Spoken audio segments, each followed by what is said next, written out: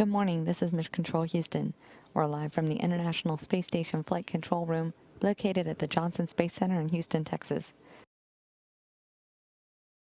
Here in the Space Station Flight Control Room, the Orbit 2 team is on duty. They're early in their shift and supporting the on-orbit activities on the International Space Station and monitoring the subsystems of the vehicle. The space station performing well, just traveling on a southeasterly track over portions of Africa.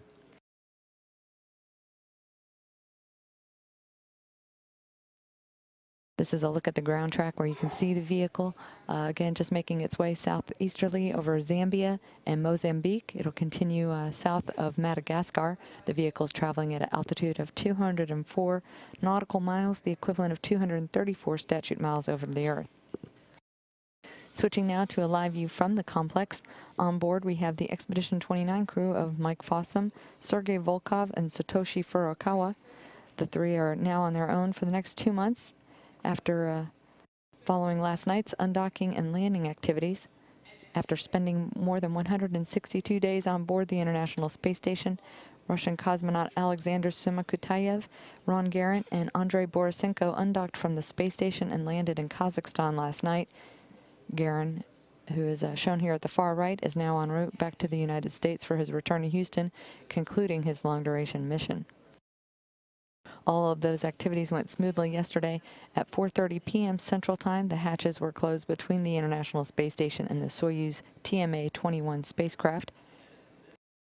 After they continued with configurations and leak checks at 7:38 Central Time, they began their voyage home with the undocking of the spacecraft from the space station. The landing occurred at 11 p.m. Central Time. Again, all of those activities went very smoothly, and again, that marking the start of the Expedition 29. Now Mike Fossum serving as commander of the International Space Station. He and his two crewmates are just at the early part of their crew day. They had an extended sleep period to compensate for the lengthy day of preparations for the landing activities, but all of that going in well.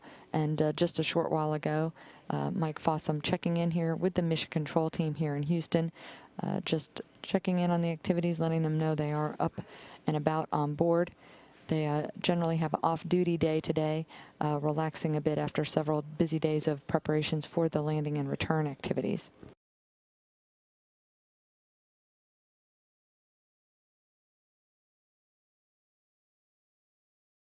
Even with today's light schedule, the crew will also have the weekend with off-duty time.